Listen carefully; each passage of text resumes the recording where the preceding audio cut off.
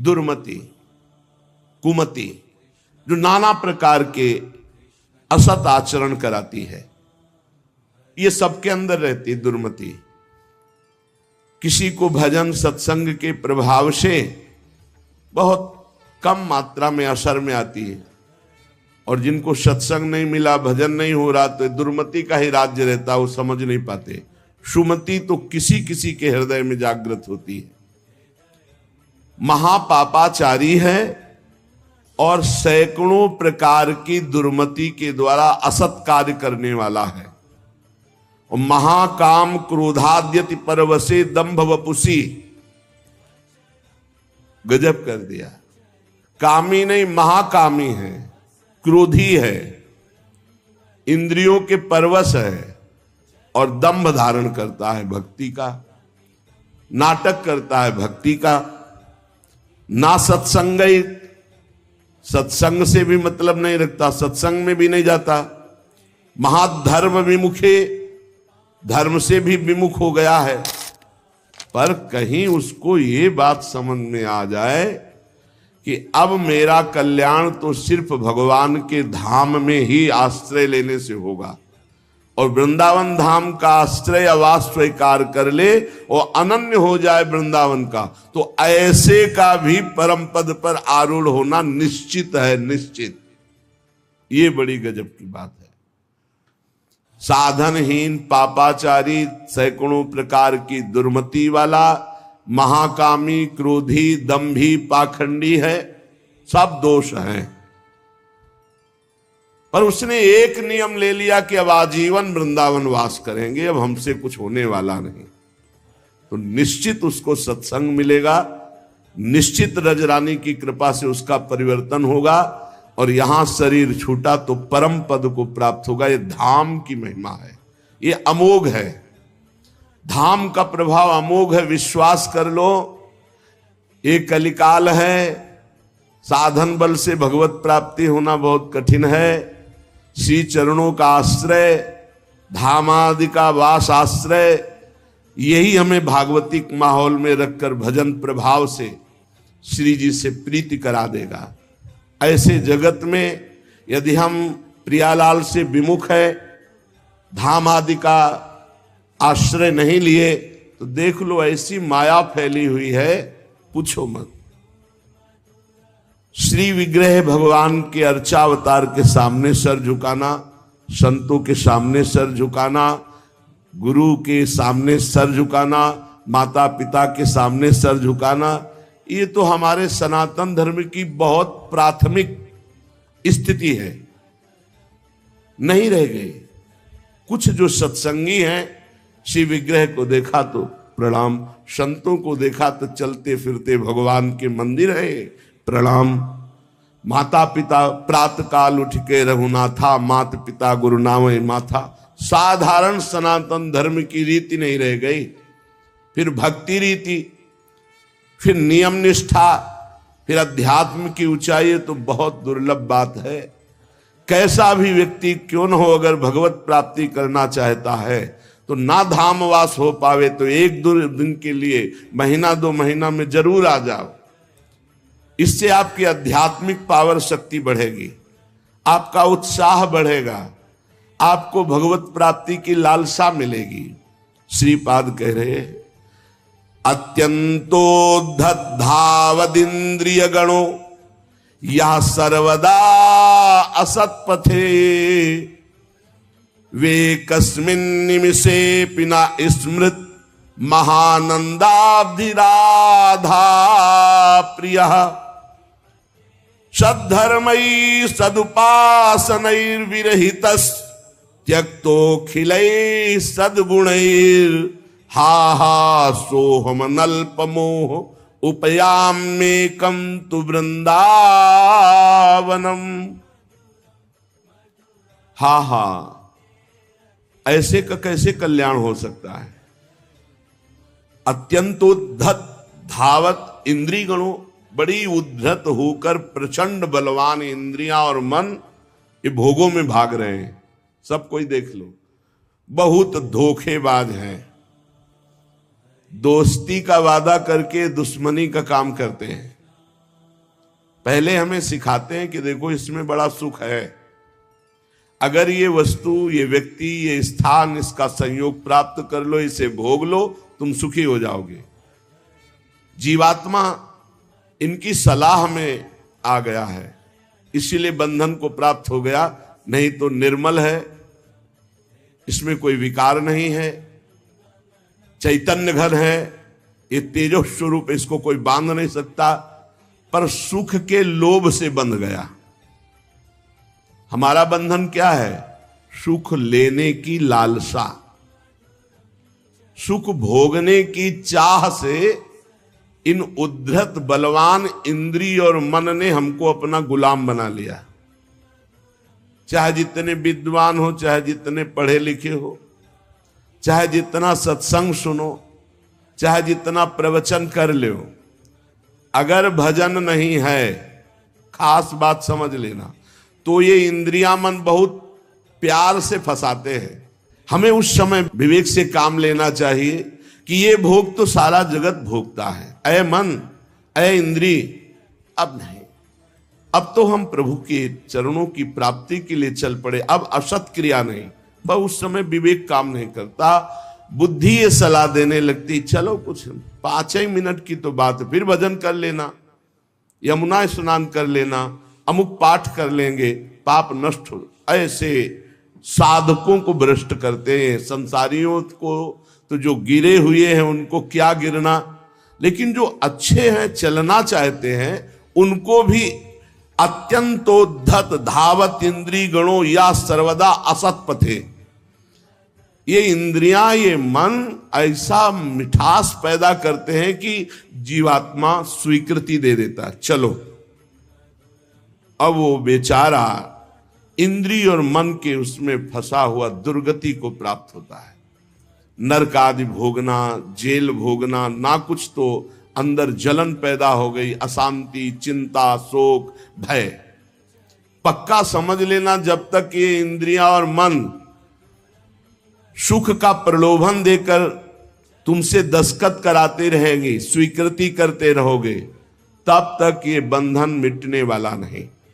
श्रीपाद कह रहे हा हा सोह मन अल्प मोहा, अर्थात बहुत बड़ा मोह हमारे अंदर है, छोटा नहीं है।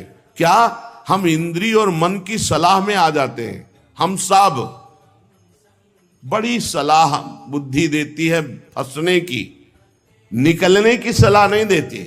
बहुत बार हो चुका, आपकी बार नहीं, अब नहीं, ऐसा नहीं, बार बार। इसे तृष्णा कहते हैं। भोगे हुए भोग को पुनः भोगने की इच्छा का नाम तृष्णा है। ये तृष्णा पापिनी बार बार पाप कराती है। एकस्मिन निमिषेपि ना स्मृत महानंदाब्दि राधा प्रिया। राधा प्रिय, राधा वल्लभ लाल का एक पलक झपकने के लिए भी एकाग्र होकर ये स्मरण के लिए राजी नहीं है। ध्यान देना, सोचो कि स्वाभाविक ये भजन करेंगे तो इनके बस की बात नहीं, इंद्रिय और मन की। ये स्वाभाविक विषयों में तुम्हें फंसाएंगी। एक निमिष कहते हैं पलक झपकने को। एकस्मिन निमिषेपि ना स्मृत महा आनंद राधा प्रिया। महा आनंद प्रदान करने वाले राधा रमण जी, राधा वल्लभ लाल, राधा बांके बिहारी का एक पलक झपकने के समय को भी ये प्यार से स्मरण करने के लिए राजी नहीं है। इनको जबरदस्ती भजन कराना पड़ेगा। ये जो कहते हैं मेरा भजन में मन नहीं, कोई सिद्ध हो गए क्या तुम्हारा भजन में मन लगेगा? साधक को जबरदस्ती भजन कराना है। इस जबान से राधा राधा वल्लभ सी हरिवंश, राधा वल्लभ सी हरिवंश, तो हृदय में भी प्रकाश ज्ञान का और बाहर सुख वैभव भी मिलेगा। यही परलोक सकल सुख पावत, मेरी सो भैया कृष्ण गुण संचु। सद्धर्मई सदुपासनैर विरहितस् त्यक्तोखिलै सद्गुणै।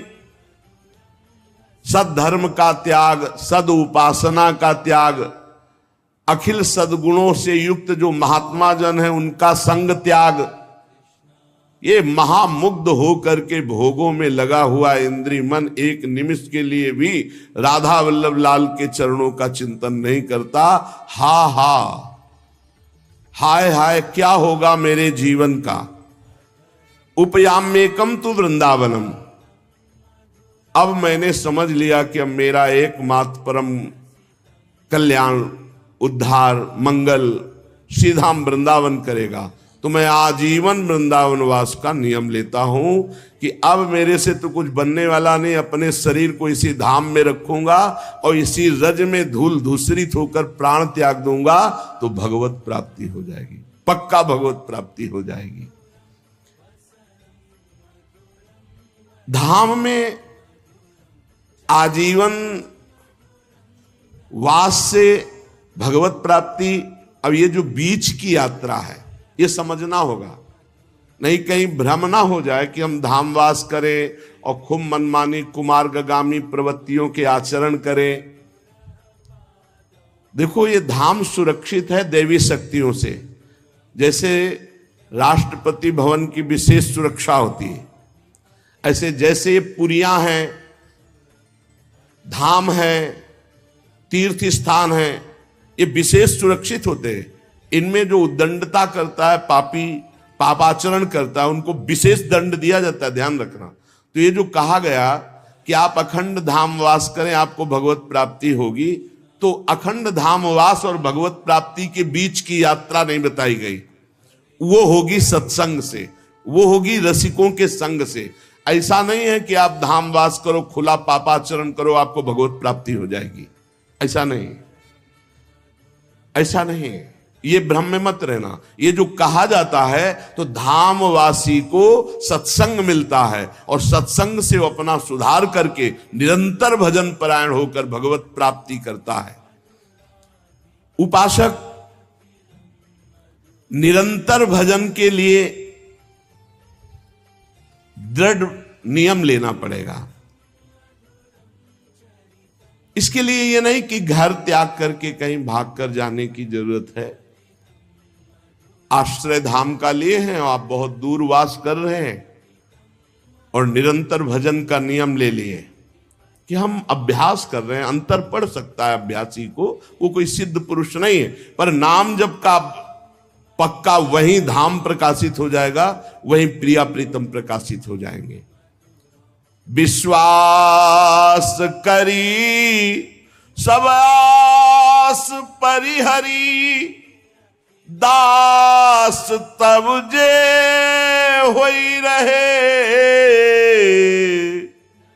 जप नाम तव बिनु श्रम तरही भव, नाथ सो समराम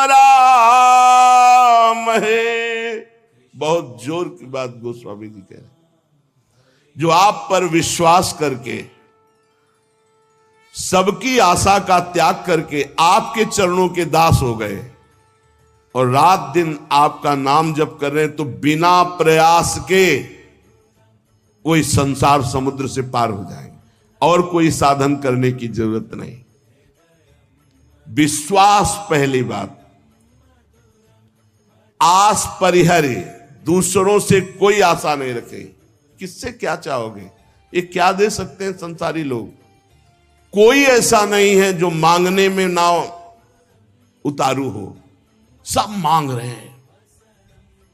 अगर मांगना ही है तुमसे तो ऐसे से मांगो जहां से मांगना मिट जाए। वो केवल भगवान, केवल भगवान। भगवान के सिवा अन्य से किसी मांगने से हमारा मंगतापन नहीं मिटेगा। पीछे एक दिन चर्चा में आया था कि यदि जांचना ही है तो जानकी नाथ से जांचो, जिससे जांचने के बाद जाचकता जरी जाए, मांगना मिट जाए। पहला विश्वास करो तुम्हारे ऊपर भगवान की विशेष कृपा है। दूसरा, हमें कभी किसी से मांगना नहीं, अगर मांगना है तो सिर्फ भगवान से। तीसरा, निरंतर हमें नाम जप करना है। ये बहुत बड़ी बात तीन है। भगवान पर दृढ़ विश्वास, अन्य किसी का आशा भरोसा नहीं, और निरंतर नाम जप। तो कह रहे बिनु श्रम तरई भवनाथ सो समराम है। अन्य कोई साधन का श्रम नहीं, उसे निश्चित भगवत प्राप्ति हो जाएगी। भगवान पर विश्वास रखकर नित्य स्मरण करने का हमें प्रयत्न करना है, प्रयत्न करना है। जितनी हमें सामर्थ्य दी है उतना हमें करना है। आगे की बात भगवान संभाल लेंगे, पक्का समझ लो। घंटों आप संसार की वार्ता कर सकते हो, घंटों घंटों आप संसार के दृश्य देख सकते हो। जैसे 3 घंटे 2.5 घंटे की फिल्म है, आपका बिल्कुल मन नहीं भागेगा, लेकिन 2.5 घंटे बैठकर माला जपो, फिर देख लो क्या दुर्दशा करता है मन, परेशान कर देगा आपको। बस यही, क्योंकि जब 3 घंटे फिल्म देखता है तो सब कुछ कवर कर रहा है प्रपंच, अनजाने में सीसीटीवी की तरह। और जब नाम जप करते हो 3 घंटे, तो वो अंदर से मन को खाली कर रहा है, मन को निर्मल कर रहा है। ये बात पकड़ लो तो हिम्मत पूर्वक डटे रहोगे, और नाम जब छोड़ोगे नहीं तो तुम्हारा मन निर्मल हो गया। और जहां मन निर्मल हुआ, निर्मल जन मन सो मोहि पावा, वो भगवान को प्राप्त कर लेता है। ये विश्वास रखो, भगवान हर समय तुम्हें देख रहे हैं। भगवान सर्व सामर्थ्यशाली है, और भगवान ने तुम्हें निमंत्रण दिया है अपने साक्षात्कार का। तभी मानव देह और साधु संग और भजन के रंग में चलने का अवसर मिला है। भगवान ने तुम्हें निमंत्रित किया, आओ परमानंद का भोग लगाओ। शब्द, स्पर्श, रूप, रस, गंध, ये सब चिदानंद में भगवान के, इनका आनंद लो। जब भगवान ने निमंत्रण कर ही दिया है तुम्हें और पंगत में बैठा दिया, ये पंगत में बैठे हो, परमानंद की भोग वृत्ति, परमानंद का भोग लगकर तुम्हें प्रसाद मिलेगा। भगवत शब्द, भगवत स्पर्श, भगवत रूप, भगवत लीला, भगवत धाम का ये जो आनंद है, ये परमानंद परोसा जाएगा। आप पंगत में बैठ गए। कोई धर्मात्मा पुरुष जब तुम्हें पंगत में बैठालता है, पत्तल दोना डाल देता है, तो इसके बाद तुम्हें उबने की जरूरत नहीं, सामान भी आएगा। वो ऐसा कंजूस नहीं कि पत्तल दोना डाल के उठा दे और भगा दे। तो भगवान ने तुम्हें बुलाया, वृंदावन आए, सत्संग सुनाया, अपने मार्ग में चलने का उत्साह दिया, तो भगवदानंद की प्राप्ति भी उन्हीं की कृपा से होगी। तुम चिंता मत करो। एक और तुम्हें बात बता दे खास, यदि भगवान के आश्रित हो गए हो, अंदर से दृढ़ भरोसा भगवान का, और निरंतर भजन भी नहीं होता, तो आपको निरंतर भजन का ही फल मिलेगा। जैसे कोई आदमी लेबर को लिवा लावे, अब भाई शाम तक के कितने लोग, बोले 500 रुपए, अब बैठ जाओ, यहां बैठ जाओ, हम आपको काम बताएंगे। और शाम तक उसने कोई काम नहीं करवाया, तो बोले उसको 500 रुपया देना पड़ेगा कि नहीं देना पड़ेगा? पक्का देना पड़ेगा ना। तो भगवान को भगवत प्राप्ति करानी पड़ेगी। बुलाया है हमको, श्री राधिका कृपा बिनु सबके मनन अगम में श्री जी ने वृंदावन बुलाया है। जिनको वृंदा विपिन है कृपा ते नहीं की हुए, तभी तो यहां आ पाओगे। सत्संग सुनाया, क्यों सुनाया सत्संग? हम फंसे थे संसार में, फंसे रहने देते, क्यों सुनाया? संसार का राग हटवाया सत्संग के द्वारा, क्योंकि वो मिलना चाहते हैं आपसे।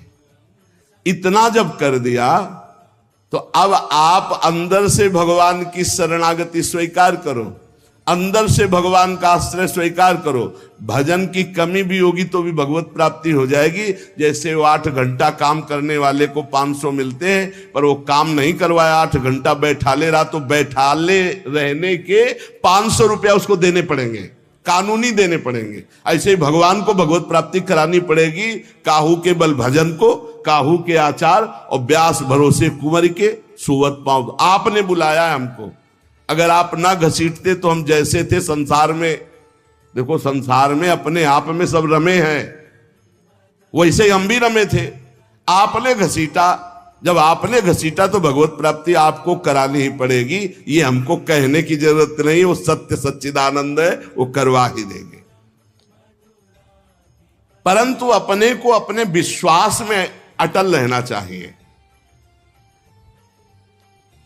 कल एक साधक प्रश्न कर रहे थे कि कई वर्ष नाम जप करते हो गए, अभी विकार नहीं गए, तुम कई वर्ष की बात करते हो, 2-4 वर्ष की बात करते हो। जब तक भगवत प्राप्ति नहीं हो जाती तो ये विकार धीरे धीरे कम होते हुए चिंगारी रहते हैं, खत्म नहीं हो जाते। ध्यान रखना, ये हम पूरी बात अपने अनुभव की कह रहे हैं। ये चिंगारी रहते हैं, छोटे छोटे बिंदु, और अगर फूस मिल जाए तो चिंगारी को ज्वाला बनने में देर नहीं लगती। भ्रम में मत रहना, बिना भगवत साक्षात्कार के निर्विकार स्थिति नहीं होती। निर्विकारता दिखाई देती है, पर रहते हैं विकार छोटे छोटे बिंदुओं में, और जहां उसको संयोग मिला तो सिंधु होने में देर नहीं लगती। इसलिए आजीवन सावधान। भगवत प्राप्ति के लिए अन्न जल त्यागने की आवश्यकता नहीं है। बहुत बड़े महापुरुषों के वचन ध्यान से सुनना। अन्न जल का त्याग कर देने से भगवान के दर्शन नहीं हो सकते। अगर होते होते तो चलो भाई अन्न जल का त्याग कर दो तो भगवान मिल जाए, ऐसा नहीं है। ऐसा कोई शास्त्रीय नियम या संतों ने नियम नहीं बनाया आज तक कि आप अन्न जल का त्याग कर दो तो भगवान मिल जाएंगे। एक अहंकार और हो जाता है, वो अहंकार ना होने पावे। अगर हम फलाहार रहते हैं तो भजन के लिए रहते हैं, हर समय हमारा सात्विक भाव बना रहे और निरंतर भजन बने, बढ़िया बात है। पर यह अहंकार ना हो जाए कि ये तो अन्न पाते हो, मैं फलाहारी हूं, 10 भगवत प्राप्ति में बड़ी बाधा अहंकार है। निरंतर भजन और दैन्य, अगर रोटी दाल पाने से होता है तो आराम से पाइए, उसी से भगवत प्राप्ति हो जाएगी। श्री भगवान की कृपा भजन से अनुभव में आती है, अन्न जल त्यागने से नहीं। भगवान के दर्शन भजन से होते हैं। जितना भजन करोगे भगवद आश्रित होकर, उतने नजदीक आप पहुंचते जाओगे भगवान के। एकादश स्कंद में 9 योगेश्वर जन कहते हैं, जैसे भूखे आदमी को एक एक कवल भोजन तो तुष्टि पुष्टि क्षुधा निवृत्ति होती जाती है, ऐसे ही एक एक भजन, एक एक नाम जप संसार से वैराग्य, स्वरूप का ज्ञान और भगवान से प्रेम, ये एक एक भजन में होता जाता है। तो अब जैसे कई दिनों का भूखा है, 1-2-4 कवल पवा के रोक दो तो कुछ अनुभव नहीं होगा, और भूख व्याकुल। ऐसे ही 2-4 माला कर लिए आप, काम वो भी हो रहा है 2-4 माला से ही, लेकिन आपको अनुभव नहीं होगा। अनुभव होगा जैसे वो आधा पेट भोजन कर ले और फिर स्वाद उसे खीर का सब्जी का अलग अलग आएगा, इतना भूखा कि पहले आधा पेट हो जाए। ऐसे ही हमको कम से कम 12 घंटा भजन में व्यतीत हो, तब हमारी समझ में आएगा कि नाम का स्वाद क्या है। एक एक नाम संसार से वैराग्य, भगवान से प्रेम और स्वरूप का ज्ञान प्रतिपल करा रहा है। पर बोध तब होगा जब कम से कम 12 घंटा भजन 24 घंटे में होने लगे। और जिनका 24 घंटे भजन होता है, ईमानदारी से जिनका 24 घंटे चिंतन होता है, उनको कोई प्रश्न नहीं रह जाता, उनकी कोई चाह नहीं रह जाती, उनकी कोई कामना नहीं रह जाती। अपने आप भगवत साक्षात्कार, अपने आप तत्व ज्ञान होने, भजन में बहुत बड़ा बल है। तो इन सब बाहरी बातों पर साधक ना फंसे कि हम अन्न छोड़ दें, हम जल छोड़ दें, हम ये कपड़ा छोड़ दें। सर्दी है, चिंतन हो रहा सर्दी का, अरे चाहे टाट मिले चाहे कंबल तत्काल ओढ़ लो, चिंतन सर्दी का ना हो। प्रिया प्रीतम को खास बात यह है, भूख लगी है जो मिले नमक रोटी खाओ, इसको शांत करो और चिंतन प्रभु का करो। चिंतन रोटी का हो रहा है, चिंतन कपड़ा का हो रहा है, चिंतन भोगों का हो रहा है, वो बात नहीं। ये बात बिल्कुल परमार्थ में शास्त्र सम्मत, हमारा चिंतन नहीं होना चाहिए जागतिक भोगों का। भगवत प्रसाद जो मिला इसे डाल लिया उदासीन भाव से, चिंतन हमारा प्रभु का होना चाहिए। भगवत दर्शन में प्रधान भजन करते हुए जब भगवान से मिलन की व्याकुलता होती है। अभी कहाँ मिलन की व्याकुलता है? भजन, खास बात भजन है। जितना देर भजन करोगे उतने आप उज्जवल और पवित्र होते चले जाओगे। आपको पता नहीं होता कि आप कितनी ऊंचाई पर चढ़ रहे हैं। जब कोई अपराध बनता है और वो खो जाती है वृत्ति, तब लगता है कितनी ऊंचाई की वो वृत्ति थी, मेरे से गलती हो गई तो देखो वृत्ति खो गई। सहज धारा भगवत चिंतन की, सहज धारा, कोई विक्षेप नहीं, कोई चाह नहीं। और जहां अपराध बन गया तो वो बाधित हो जाती है। कई तरह का अपराध होता है। मैं बहुत भजनानंदी हूं और इनमें तो भजन नहीं, रुक जाएगा आपका भजन। किसी से अपने को मिलाना, उसको अपने से नीचा देखना, मारे गए, आपका भजन रुक जाएगा। किसी की निंदा कर देना, किसी के ऐसी चेष्टा करना कि उसके भजन करने वाले हृदय में दुख पहुंच गया, अब आपका भजन अवरुद्ध हो जाएगा। ना कोई चेष्टा, ना कोई निंदा और ना कोई मिलान किसी से करना है। हर समय देखना है हमारे ऊपर भगवान की विशुद्ध कृपा है, सब संतों की कृपा है, चराचर जगत की हमारे ऊपर कृपा है, सब श्रेष्ठ है, हम सबसे लघु। अब भजन आपका निरंतर चलेगा। अनन्य भजन में ना तन की शुद्धि रह जाए और ना मन की शुद्धि रह जाए। मन भी बेशुद्ध हो जाता है। अभी हमारा मन नहीं लगता तो मन की शुद्धि है, भजन की नहीं, ध्यान रखना। बैठे हो, शरीर में पीड़ा हो रही, अभी तन की शुद्धि है, भजन की। जब भजन में आएगी तो तन मन डारे खोए। लगन लगन सब कोई कहे, लगन कहावे सोए। जा लगन में तन मन डारे खोए। ऐसा भजन चल रहा है कि मन भी पंग हो गया, तन की भी शुद्धि नहीं। यह है भगवत साक्षात्कार के लिए। जानबूझकर हठपूर्वक अन्न, वस्त्र आदि आदि जो शरीर निर्वाह के लिए इनको छोड़ना बड़ा हानिकारक है। शरीर को स्वस्थ रखना भजन के लिए बहुत आवश्यक है। आपका शरीर स्वस्थ है, आप आराम से 2-4 घंटे आसन में शांत बैठकर मन को परमात्मा में लगा सकते हैं। अब आज कलयुगी शरीर ऐसे हो रहे हैं, नौजवान आदमी ब्लड प्रेशर, शुगर, क्या क्या परेशानियां। भजन कर लो, आगे और समय ऐसा आने वाला है भजन के लिए अवसर नहीं। जानबूझकर हठपूर्वक अगर आपको सुविधा सामग्री मिल रही शरीर रक्षा के लिए तो उनका त्याग ना करो। इसके त्याग से कुछ नहीं होता। अब शरीर ये सब अनुभव की बात है। शरीर उघार, सर्दी में शरीर कांप रहा है तो चिंतन तो जा रहा है ना सर्दी का। अरे जैसा भी टाट पट्टी कंबल जो भी मिले शरीर में डाल लो। अब चिंतन प्रिया प्रीतम को रहे, ये खास बात है। ये बहुत समय के बाद समझ में आती, नहीं तो अहंकार बना रहता है। स्वेटर कंबल के त्यागी हो, चिंतन सर्दी का हो रहा है, प्रिया प्रीतम का चिंतन करना है, परमात्मा का चिंतन कर। खास बात है चिंतन नहीं छूटना चाहिए तो तुम्हारा त्याग सार्थक। और अगर चिंतन छूट गया तो त्याग की, और चिंतन ही बदल जाता है। प्रभु का चिंतन न रहकर शरीर का चिंतन होने लगता है। इसीलिए प्रेमी जनों को आप देखिए, वो वैराग्य प्रधान नहीं अनुराग प्रधान होते, इसीलिए उनको पहचानना बड़ा कठिन। अखंड चिंतन निरंतर चले और जैसी स्थिति में शरीर को प्रभु रख रहे हैं वैसी स्थिति, शरीर ही से राग खत्म। आप निरंतर भजन करें, भगवान के दर्शन की भी मांग ना करें तो भी भगवान को दर्शन देना ही होगा, अपने आप देना होगा। आप पुकारें, आप भजन करें।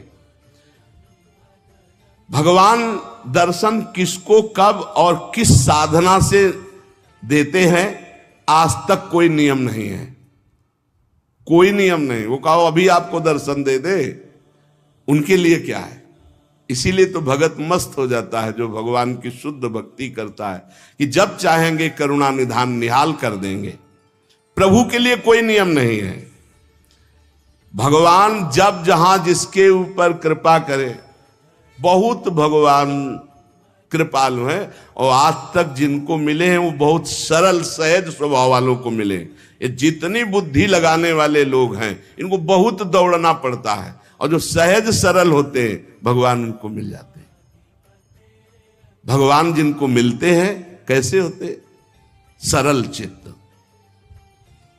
संत सरल चित्त जगत हित, जान स्वभाव सने। बहुत सहज इनका स्वभाव, कोई छल कपट नहीं, चित्त में निरंतर भगवत स्मृति। भगवान मिले मिलाए हैं यार, भगवान अंदर ही बैठे हैं, वो सब देख रहे हैं।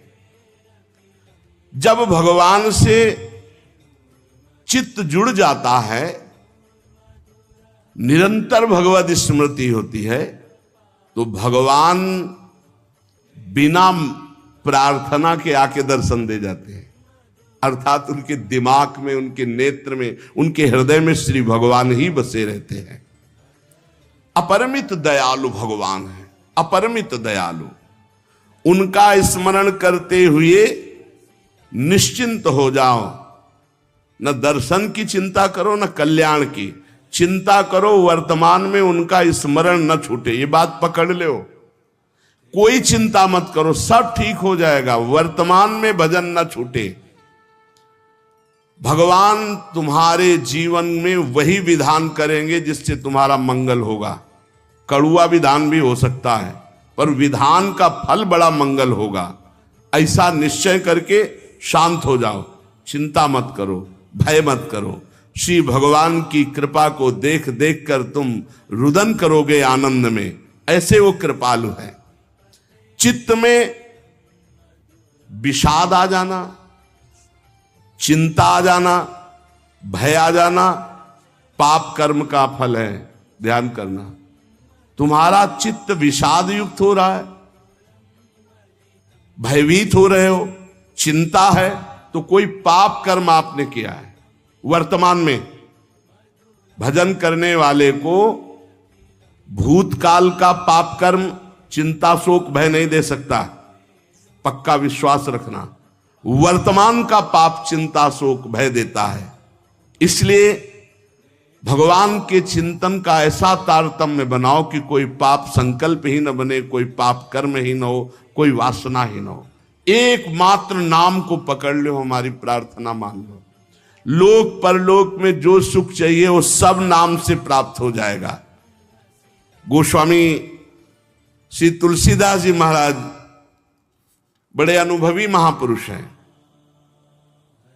उन्होंने कहा कि सब ऐसा कलिकाल मलिनता फैलाए हुए है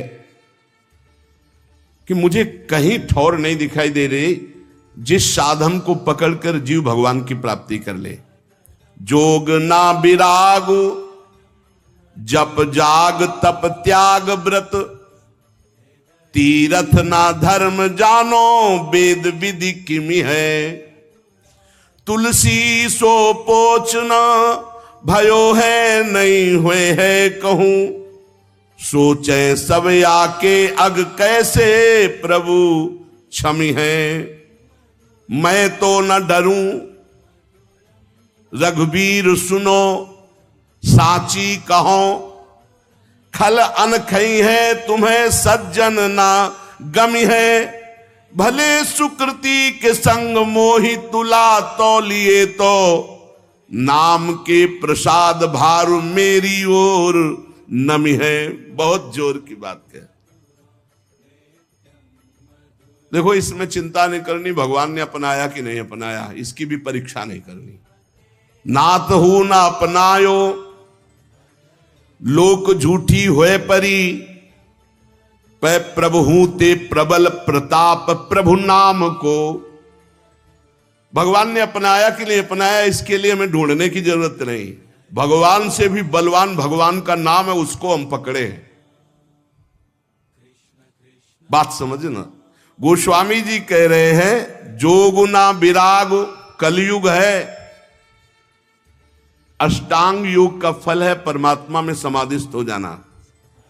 कोई बिरला योग का प्रयोग परमात्मा समाधि के लिए करता है। नहीं, आप देख लीजिए, हम जो योग करते हैं उसका उद्देश्य क्या है? अनुलोम विलोम कपालभाति जो भी करते हैं उसका उद्देश्य क्या है? शरीर स्वस्थता। ध्यान से देखिएगा, शरीर स्वस्थता का उद्देश्य क्या है? भोग, समाधि नहीं। जो अष्टांग योग का फल है समाधि, कलयुग में नहीं रह गया।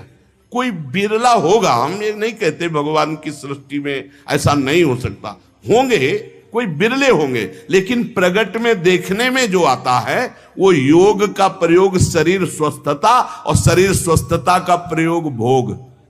आप देख लीजिए, गोस्वामी जी कहते हैं कि अब मैं देख रहा हूं कलयुग ने अष्टांग योग में भी अपना प्रवेश कर लिया, जिससे योग का फल जो चित्त वृत्ति का निरोध करके परमात्मा में समाधिस्थ होना है गया। कोई बिरला होगा।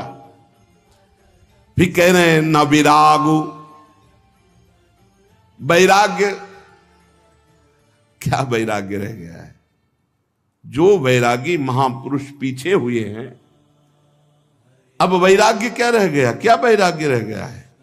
केवल नाम मात्र का वैराग्य रह गया। वैराग्य किस बात का है?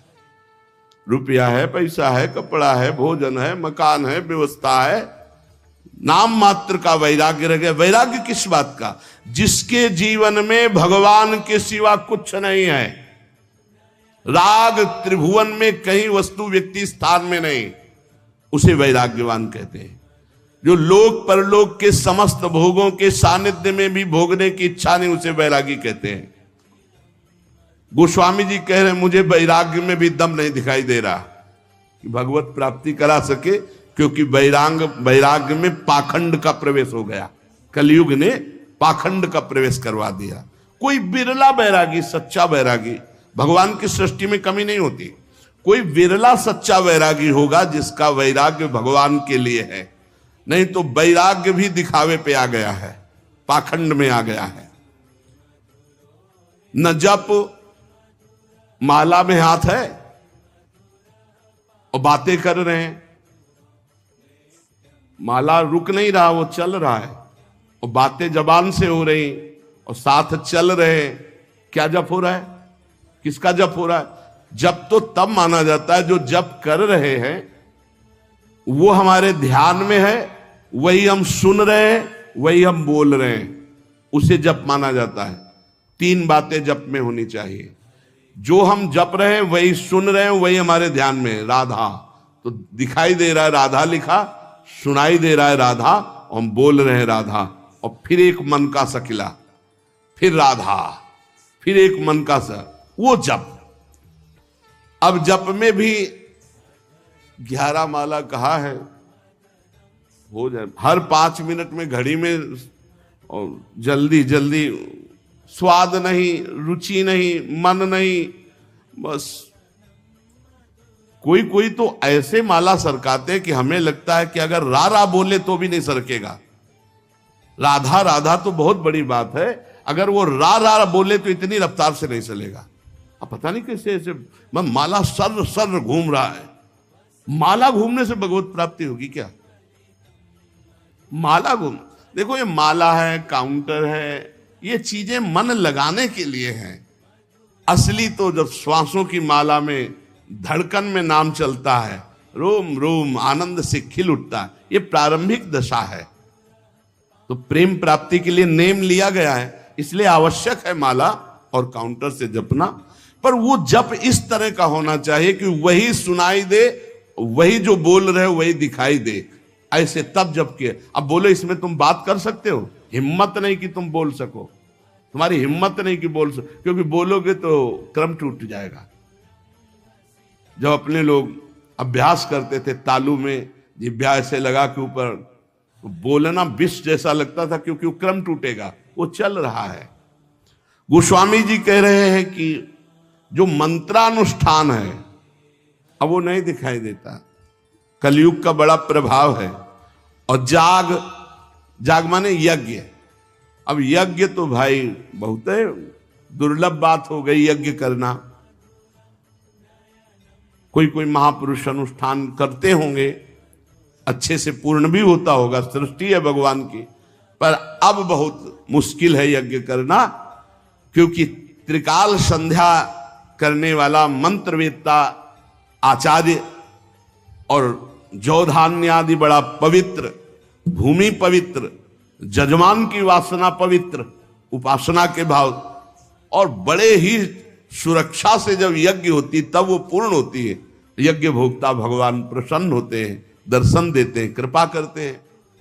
गोस्वामी जी कह रहे हैं यज्ञ भी बड़ा कठिन, यज्ञानुष्ठान त्रेता में पूर्ण होते थे। अब कह रहे हैं कि तपस्या, इसमें भी दंभ घुस गया, तप में दंभ घुस गया। बाहर से दिखावा की भावना आना ही दंभ कहा जाता है। तप होता है भगवान की प्रसन्नता के लिए।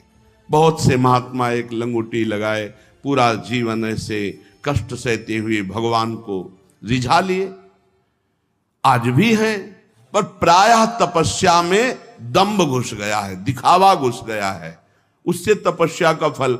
और भगवान तपस्या समर्पित करके दैन्य होने से भले मिल जाए, नहीं तपस्या से भगवान को नहीं खरीदा जा सकता।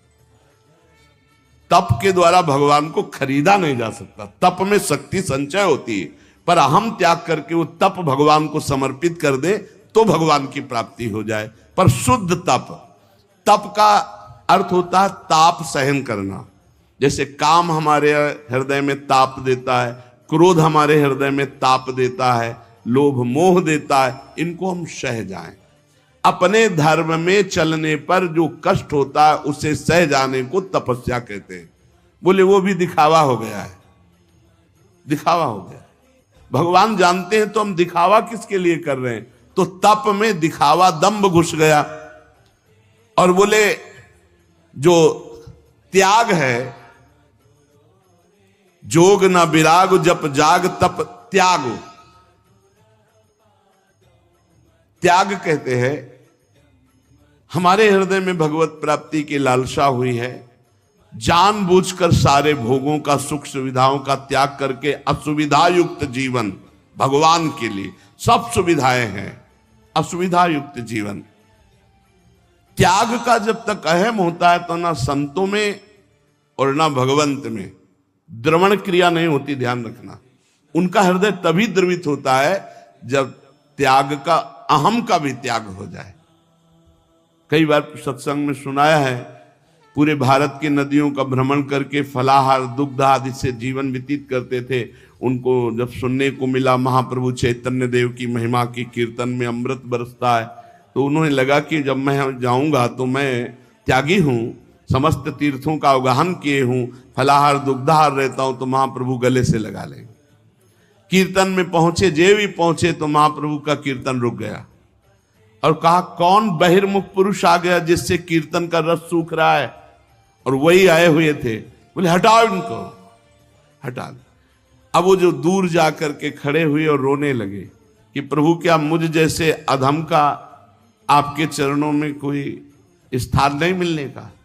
अगर आप जैसे महापुरुष, अंदर से प्रार्थना करते हैं, आप जैसे महापुरुष मुझ जैसे अधम को स्वीकार नहीं करेंगे, फिर मेरा उद्धार कैसे। महाप्रभु दौड़ पड़े और जाके गले से लगा लिया और कीर्तन में उन्मत्त कर। अहम का त्याग, त्याग की स्मृति का त्याग, दैन्य भाव। तो त्याग का भी महत्व भगवत प्राप्ति नहीं करा सकता। तीरथ न धर्म जानो वेद विधि किमि है। अब तीर्थ, ध्यान देना, आप कलयुग की चाल का ध्यान देना, आप सब हृदय वाले हैं। घर गृहस्थी में उतने पापाचरण की वृत्ति नहीं आएगी जितना तीर्थ में आने की संभावना है। क्यों आने की संभावना है? कलयुग की कुचाल है कि यहां का पाप वज्र की तरह होगा, तुम्हारी दुर्गति होगी।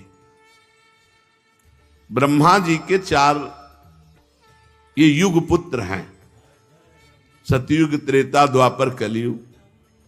सतयुग से कहा मैंने सृष्टि की रचना में नरक की रचना की है, उसका भी ध्यान रखना, कुछ लोग उधर भी जाना चाहिए।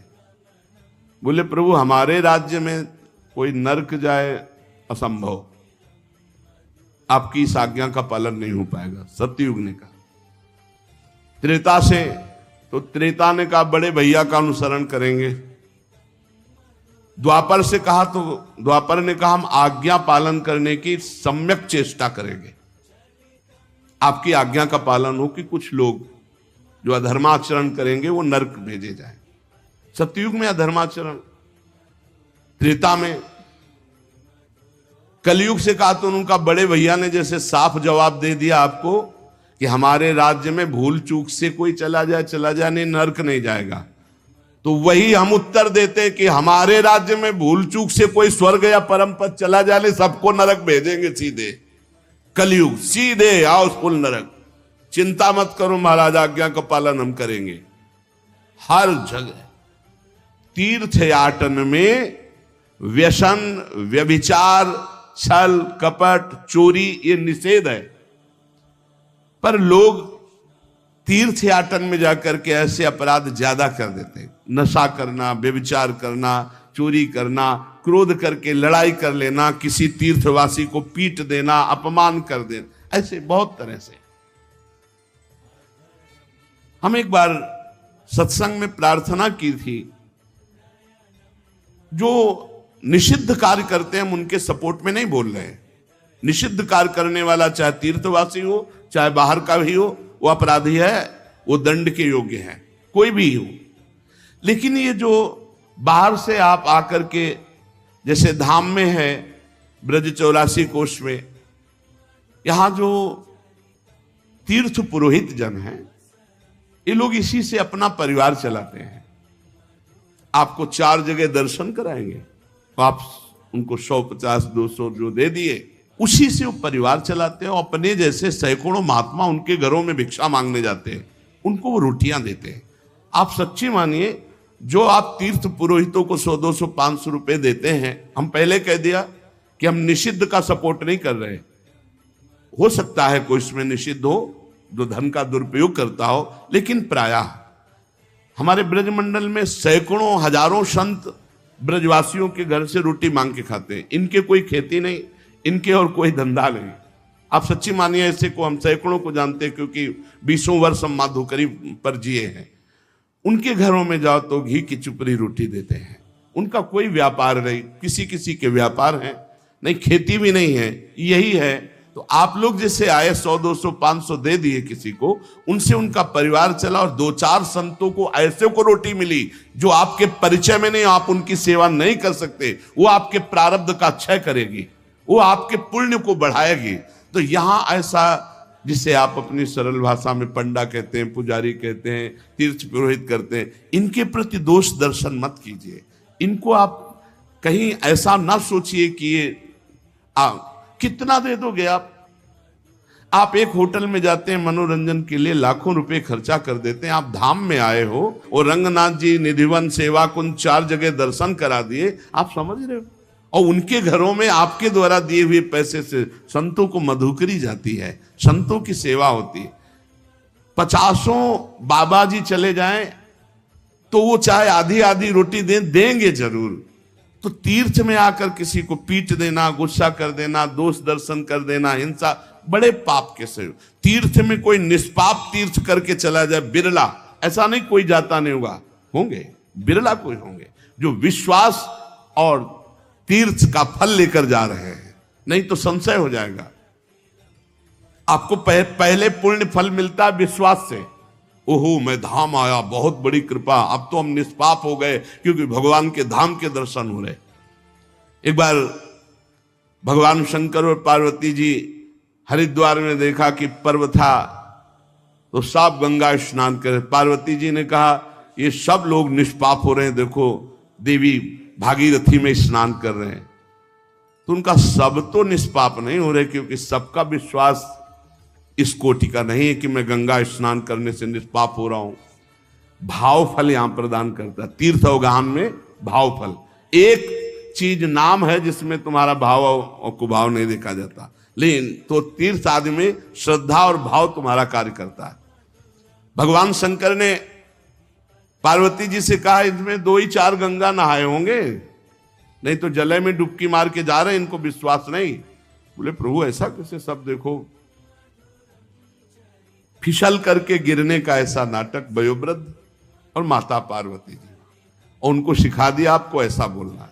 तो जो गंगा नहा के निकलता बोले भैया हमारे पति फिसल कर गिर गए, मेरी सामर्थ्य नहीं कि अकेले उठा, तो आप निकाल कर गड्ढे से बाहर कर दें। तो जब सुनो हमारे पति निष्पाप हैं, अगर पापी पुरुष छुएगा तो भस्म हो जाएगा, इसलिए लोटा उठाते चले जाते, कौन झंझट में फंसे भाई, पाप तो किए ही हैं संसार में, और अगर छुआओ कहीं कुछ तो नहीं। एक आदमी ऐसे गंगा गंगा गंगा डुबकी लगाई, गंगा जल लोटे मिले, तो उन्होंने कहा भैया हमारे पति को निकाल दो, ये फिसल के गिर गए, मेरी सामर्थ्य नहीं, पर निष्पाप पुरुष ही छू सकता है हमारे पति को, क्योंकि वो निष्पाप। अरे बोले मैया गंगा नहा के आ रहे हैं, अब भी तुम्हें कोई शक है? और महादेव जी को पकड़ा और बाहर फिर चला गया। पार्वती जी से कहा ये गंगा नहा, इसको पूरा विश्वास है कि गंगा का स्पर्श होते ही सारे पाप नष्ट हो जाते, गंगा पापम, गंगा जी पाप का नाश कर देती है। तो तीर्थ याटन भी लाभ ले पाना बहुत कठिन है। व्यसन, व्यभिचार, क्रोध, हिंसा बहुत बाहुल्यता है, छल कपट बहुत बाहुल्यता है। कोई बिरला तीर्थ का फल उगान करके, बिरला कोई। अच्छा उसमें भी जो गया और फिर इसके बाद यश कीर्ति वर्णन कर दी कि वो गए थे प्रयागराज। अरे भाई ठीक, हम 3 बजे पर्व पे डुबकी मारी, 500 रुपया दान किया, 4 ब्राह्मणों को अब वो सब निकल के खाली हो रहा है। तो तीर्थ याटन से भी भगवत प्राप्ति हो जाए, गोस्वामी जी कहते कलयुग है बड़ा मुश्किल। जो हमारे 4 आश्रम हैं, बड़ी महिमा है इनकी, ब्रह्मचर्य, गृहस्थ, वानप्रस्थ और सन्यास। ब्रह्मचर्य आश्रम, गृहस्थ आश्रम, वानप्रस्थ आश्रम और सन्यास आश्रम, और 4 वर्ण व्यवस्था है। वर्ण और आश्रम चारों व्यवस्थाएं भंग है। कलयुग का ऐसा प्रचंड, गोस्वामी जी कह रहे जानना ही नहीं चाहते कि हमारे वर्ण का क्या कर्तव्य है और हमारे आश्रम का क्या कर्तव्य है। इससे भी भगवत प्राप्ति बोले बड़ी संकटपूर्ण। ऐसा नहीं कि कोई धर्म से नहीं चलता होगा, चलते होंगे, भारत है। ऐसा नहीं कि कोई आश्रम व्यवस्था से नहीं चलता हो, चलते होंगे, पर बिरले। तो धर्म की व्यवस्था से भगवत प्राप्ति बड़ा। वेद विधि किम है। अब वेद विधान तो वो समझे जो शास्त्र स्वाध्याय करे, जो खूब महापुरुषों का संग करे, वो जान पाता है क्या करना चाहिए क्या नहीं करना चाहिए। तस्मात् शास्त्रम प्रमाणम ते कार्य व्यवस्थित हो। अब यहां फुर्सत नहीं है मोबाइल से, टेलीविजन से, पेपर से, संसार की बातों से। तो कौन पढ़े योग वासिष्ठ, कौन पढ़े भगवत गीता की टीका, कौन पढ़े श्रीमद् भागवत महापुराण, कौन पढ़े वेद के सिद्धांत। तो कैसे पता चलेगा जीव का कर्तव्य क्या है, क्या करना चाहिए क्या नहीं करना चाहिए। ऐसा नहीं वैदिक सिद्धांत को जानने वाले नहीं हैं, हैं पर बिरले कोई। तो भगवत प्राप्ति इसमें भी बड़ी कठिन। गोस्वामी जी कहे तुलसी सो पोच ना भयो है, नहीं हुए है कहूं। अब मैं तुमसे अपनी बात कह रहा हूं कि मेरे जैसा पामर कोई ना हुआ है ना है। पहले तो बताया इन सब से अब भगवत प्राप्ति नहीं होने वाली, ध्यान दे लो। बहुत बढ़िया सिद्धांत, ये सब शास्त्रों का सिद्धांत, हृदय सम्मत सिद्धांत गोस्वामी जी कह रहे। जोग ना विराग जप जाग तप त्याग व्रत तीरथ ना धर्म जानो, वेद विधि किम है। अब व्रत की पूछो तो कोई बिरला ही व्रत का नियम। एक बार हमने वर्णन किया था कि 10वीं को ये और एक बार, और द्वादशी को एक बार, और एकादशी को तो पूरा या तो निर्जला रहो या एक बार जल फल फूल जो कुछ थोड़ा सा ग्रहण कर लो। अब तो जानते हो कैसे व्रत होते हैं, कूटू का और सिंघाड़े का। जैसे कूटू के पकौड़ा बन रहे हैं, सिंघाड़े के हलवा बन रहे हैं, समा के खीर बन रही, और क्या क्या पकवान बन रहे हैं। बाल भोग अलग, राज भोग अलग, शयन भोग अलग। भैया ऐसे व्रत तो रोज रहे तो बढ़िया चकाचक है। नहीं, व्रत का मतलब है उपवास तो उपवास, पूरे दिन कुछ नहीं, शाम के समय जल फल कुछ ले लिया नहीं, पार पूरा उपवास करके निर्जला। एक कोई भी व्रत रहो तो ऐसे थोड़ी है कि पुआ पकौड़ी और सब इधर उधर के जोड़ बटोर करके कि वही खाना पे, अरे मर जाओगे क्या एक दिन के लिए। व्रत रहो तो शाम से हर व्रत में मंगल विधान होता है, जो हम जलते हैं, जो भूख से व्याकुल होते हैं, उससे हमारे पाप नष्ट होते हैं। अब ऐसा व्रत नहीं रह गया, डकार आ जाए और दिन चाहे ना आवे, व्रत के दिन जरूर डकार आवे। इतना बड़ा तरबूज फल भी तो डकार आ जाए पक्का। व्रत किस बात का, दबा दबा के फल फूल और सब मिष्ठान और सब पा रहे हैं। अब बोले व्रत है तो भाई ऐसे व्रतों से भगवत प्राप्ति नहीं होती। व्रत रहा गया है, शास्त्रों में वर्णन है, आप देखो पयो व्रत का वर्णन है, चंद्रायण व्रत का, कृच्छ व्रत का, बड़े बड़े व्रत का। अब कौन सा व्रत रह गया है? अब रसेंद्री का व्रत रह गया है। एक पत्ता मुख में रख लेती हैं माता जी, अपर्णा नाम पड़ गया, तब भगवान शिवपति रूप में प्राप्त, तब भगवान की प्राप्ति। व्रत तो तुलसीदास जी कह रहे हम तुम्हें बता दें, हम सब तरह से पामर हैं। हे देखो महापुरुषों का हृदय, तुलसी सो पोच ना भयो है, नहीं हुए है कहूं, मेरे जैसा पामर न कोई है और न कोई होगा। सोचे सब आके अग कैसे प्रभु क्षमी है, मेरे तो न डरू, मुझे कोई डर नहीं है भाई। क्यों? तुमने क्या पा लिया कि तुम्हें डर नहीं? बोले रघुबीर सुनो साची कहो, औरों से नहीं, सीधे भगवान से कह रहे, खल अन खई है तुम्हें सज्जन ना गमई है। दुष्ट लोग इस बात से प्रसन्न होंगे, अब देखते हैं इसकी कौन सी दशा होगी। पर सज्जन लोग इस बात से दुखी होंगे कि तुलसी राम का है, इसका अहित कैसे हो सकता है। तो कह रहे हैं मुझे डर नहीं, सुनो रघुनाथ जी, भले सुकृति के संग मोहि तुला तौलितो, तपस्वी व्रती तीर्थयाटन योगी जपी त्यागी, इन सबको एक तुला में रख लो हे रघुनाथ जी, और तौला जाए तो मेरी तरफ कांटा भारी होगा। बोले क्यों महाराज? बोले हम पहले कह दिया कि बहुत पामर हैं, पहले कह दिया, हम ये नहीं कह रहे कि बहुत हम महान हैं, लेकिन जब इन सब साधन करने वालों को एक तरफ और मुझे तौला जाएगा तो मेरी तरफ झुकाव होगा, वो हल्के हो जाएंगे। बोले क्यों? नाम के प्रसाद भारू मेरी ओर नमी है, क्योंकि मैंने केवल नाम का आश्रय ले लिया है।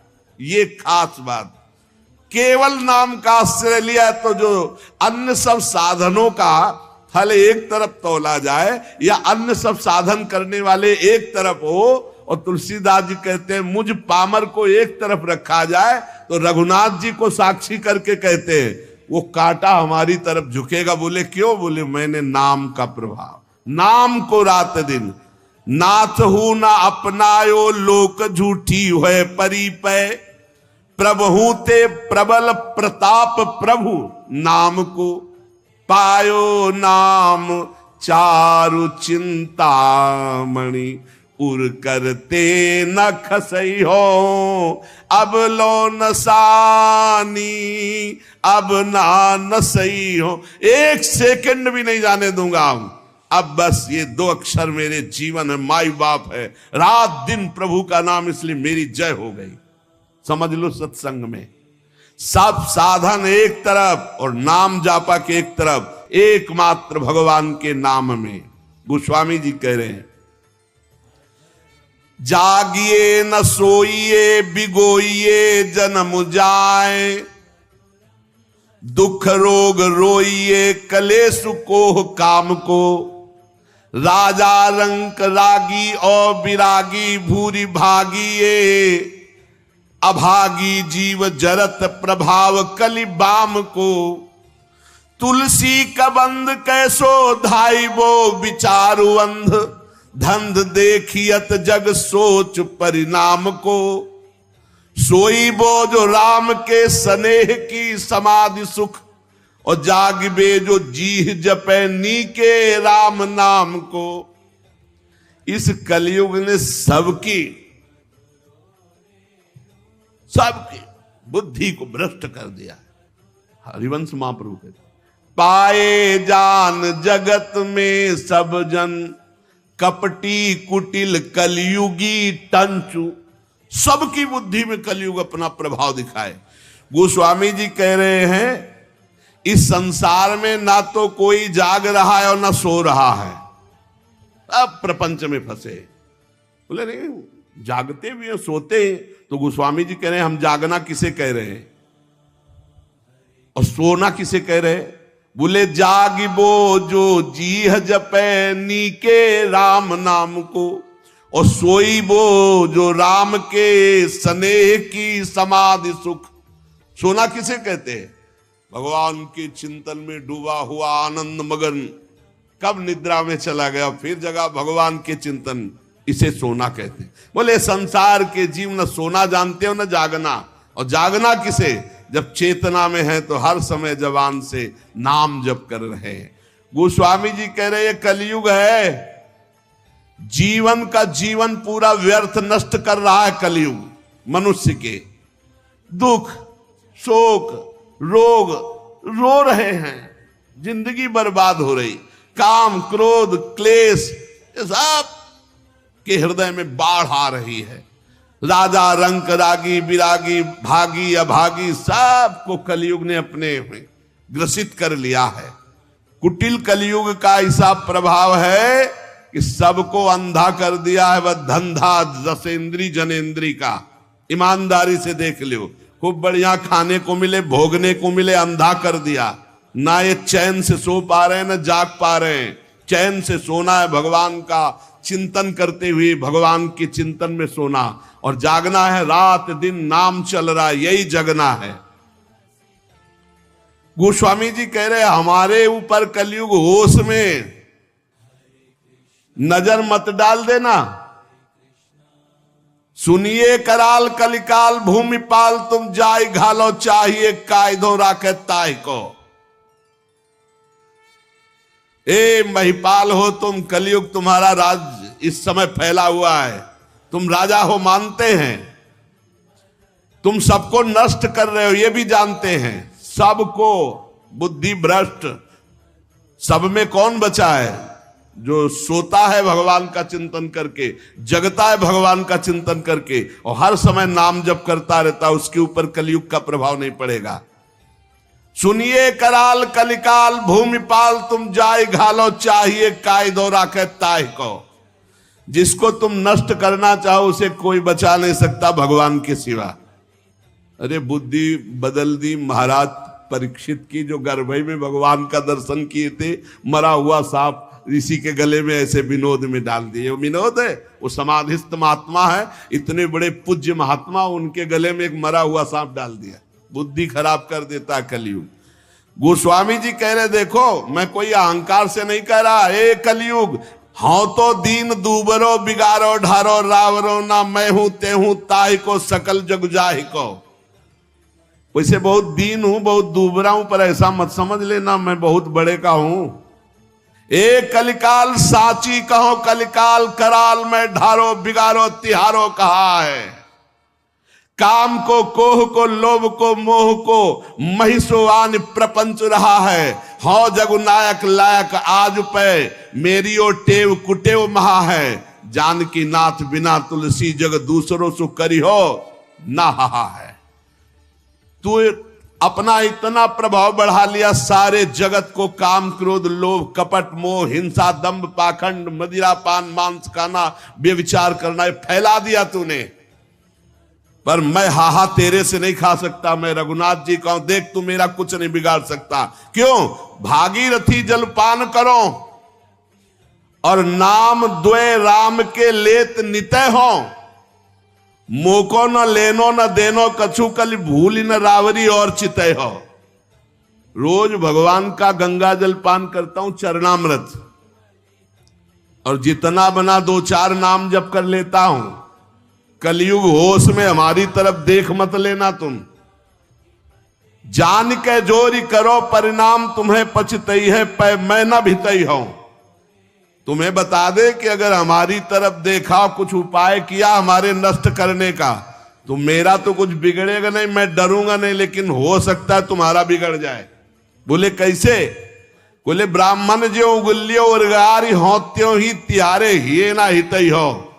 महामहिम गरुण जी ने जब एक भोजन आहार एक जगह लिया तो उसमें एक ब्राह्मण भी आ गया, ब्रह्म ऋषि। तो आंख पैदा हो गई गरुण जी के तालू पे, तत्काल उगल दिया। बोले समझ लो जो भगवान का भजन करते तो गरुण जी नहीं लील पाए तो एक कलयुग तू क्या बिगाड़ लेगा। भगवान का चरणामृत पान करता हूं, दो चार जो बना हूं राम राम जप लेता हूं क्योंकि मैं रघुनाथ जी का हूं। ये ठसक रोज भगवान का चरणामृत पान जो करता है और जो नाम जप करता है कुछ नहीं बिगड़ेगा। जीते विनायक शुभ अशुभ विघ्न, सेवक जी महाराज, जीते विनायक शुभ अशुभ विघ्न करे नहीं कोई, विघ्न करे नहीं कोई, डरे कलिकाल कष्ट भय, हरे सकल संताप हरस हरिनाम जपत जय। जो भगवान नाम जप कर रहा है उसकी सदा जय होती है। नाम जप करो, रोज भगवान का चरणामृत पियो। प्रिया प्रीतम का चरणा, ये गंगा जल क्या है? गांगम वारि मनोहारि मुरारि चरणच्युतम त्रिपुरार शिरश्चारि पापापहारि पुनातुमाम। कई बार सत्संग में कहा चरणामृत का नियम ले लो, बिना चरणामृत के भोजन मत करो। पहले चरणामृत जाएगा प्रभु का तब भोजन पाएंगे, ऐसा नियम लिए हो। सुबह होते ही पहला बात होनी चाहिए चरणामृत अपनी जिह्वा पे जाए। भागीरथी जल पान करो और नाम द्वे राम के लेत नितय हो। देखो बोले जो बना हमसे दो चार बार नाम ले लेता हूं, भगवान का चरणामृत पीता हूं, गंगा जल पीता हूं। ए कलिकाल हमारी तरफ देख मत लेना, और नहीं देखेगा कलिकाल। नाम जब चल रहा है बुद्धि भ्रष्ट नहीं होगी, नहीं भ्रष्ट कर देगा। कलिकाल ने बुद्धि को भ्रष्ट कर दिया। बिना धर्म के, बिना भगवत भजन के पशु की तरह जीवन व्यतीत हो रहा है। ना मुख में तेज है, ना हृदय में दया है, वही असत आचरण फैलते चले जा रहे हैं। सबसे प्रार्थना है अगर इस कलिकाल में परम सिद्धि प्राप्त होती है तो केवल नाम जप से प्राप्त होती है, मान लेना। ये शास्त्र सम्मत बात कहते हैं। कृतयुगे ध्यायते विष्णुम तेतायाम यजते मखई द्वापरे परिचर्यायाम कलौ तद्धरि कीर्तनात्। कलयुग केवल नाम आधारा, सुमिर सुमिर नर उतरे पारा। गोस्वामी जी महाराज कह रहे हैं मैंने भगवान के नाम के बल से विजय प्राप्त कर ली कलयुग पर, माया पर। मेरे जाति पात ना चाहो काहू की जाति पात, मेरे को काम को ना हूं काहू के काम को। लोक परलोक रघुनाथ ही के हाथ सब भारी है, भरोसो तुलसी के एक नाम को। अति ही अयाने उपखानो नहीं बूझे लोग, साही को गोत गोत होत है गुलाम को। साधु कह असाधु कह भलो कह पोच, सोच कहा का काहू के द्वार पर हो, जो हो सो हो राम को। ये बात विजय प्राप्त करवा देगी माया पर और कलयुग पर। कह रहे हैं मुझे किसी की पंक्ति में जाना है या किसी को बुलाना है, कोई बेटी का ब्याह थोड़ी करना है। मैं किसी की भी जात जात पात पूछता हूं ना, मैं अपनी जात पात। मैं ना तो किसी के काम का हूं ना कोई मेरे काम का है, ना मेरा लोक ना मेरा परलोक। मेरा सब कुछ रघुनाथ जी भगवान। मेरा लोक परलोक मेरी साधना साध्य सब मेरे भगवान। बहुत जोर की बात है। तुलसी एकमात्र केवल नाम का सहारा लिया है, नाम का। भारी है भरोसो तुलसी के एक नाम को। नाम को पकड़ लो भाई। हमारे हर प्रश्न का उत्तर नाम होता है, क्योंकि तस्मात् शास्त्रम प्रमाणम। और युग धर्म के अनुसार अगर किसी का परम कल्याण, मनोरथ की पूर्ति, लोक परलोक की मंगलमयी यात्रा, तो वो नाम से ही होगी। कह रहे मैं साधु हूं या असाधु हूं, भला हूं या बुरा हूं, जैसा हूं, मुझे किससे क्या लेना देना, मैं अपने भगवान का हूं और भगवान के द्वार पे पड़ा हूं। मैं अपनी लाडली जू का हूं, लाडली जू की शरण में पड़ा हूं।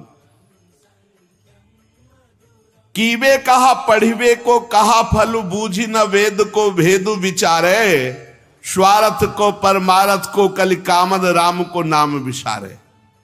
खूब वेद पढ़े हो, शास्त्र पुराण पढ़े हो, लेकिन नाम जप नहीं कर रहे हो तो कुछ नहीं होने वाला, ध्यान रखना। ये कई शास्त्रों में पढ़ा है, गोस्वामी जी भी कह रहे हो, ये खास हृदय की भी बात है। वाद विवाद विषाद बढ़ाई के छाती पर आयो अपनी जा रहे। बोले मान लो मेरी बात, अगर तर्क विवाद करोगे तो अपनी भी छाती जलाओगे, दूसरे की जलाओगे।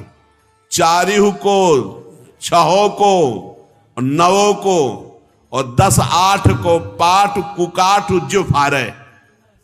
यदि नाम जप नहीं चल रहा, 10-8 को 18 पुराण और 9 को कह रहे कि 9 व्याकरण हैं, व्याकरण के 9 हैं। इंद्र, चंद्र, काश, कृष्ण, शाकटायन, आपिशाली, पाणिनि, अमर, जैनेन्द्र और सरस्वती, ये 9 व्याकरण। और फिर कह रहे 6 को 6 शास्त्र, और फिर कह रहे चारियों को, चारों वेद को। 4 वेद, 6 शास्त्र, 9 व्याकरण, 18 पुराण, ये सब कंठस्थ हो और नाम जप नहीं है तो गोस्वामी तुलसीदास जी कह रहे भगवत प्राप्ति नहीं होगी। आप पक्का समझ लीजिए। इसीलिए ये बचपन से सब शास्त्रों का जहां तक बना गुरु कृपा से स्वाध्याय और मार्गों का चलना सब छानबीन के, तब हम तुमसे कहते हैं राधा राधा राधा बोलो। कोई अंधविश्वास से नहीं कहते। गोस्वामी जी कह रहे वाद विवाद विषादु बढ़ाई के छाती पर आई और अपनी जा रो। तर्क वितर्क वाद विवाद करके अपना हृदय जलाओ, दूसरे का हृदय जलाओ, तुम्हें जैसा मनावे। मेरी बात सुन लो, चारियों को, 6 को, 9 को, 10-8 को पाठ कुकाठ जो फारे, स्वार्थ को परमारथ को कलि कामद, राम को नाम विसारे। यदि भगवान का नाम तुम नहीं जप रहे हो, 4 वेद, 6 शास्त्र, 9 व्याकरण, 18 पुराण कंठस्थ किए हो, तो भले जैसे कुकाठ को चीरने से कुछ हाथ नहीं लगता, ऐसे कुछ हाथ नहीं लगेगा। इसलिए सबसे प्रार्थना है, और जो साधन बने तो करो, लेकिन नाम को मत छोड़ो। अगर नाम साधन में अपने ले आए, राधा राधा राधा, कृष्ण कृष्ण, हरि राम कृष्ण जो जप रहे हो, पक्का भगवत प्राप्ति हो जाएगी, चाहे जो हो, चाहे जैसे हो।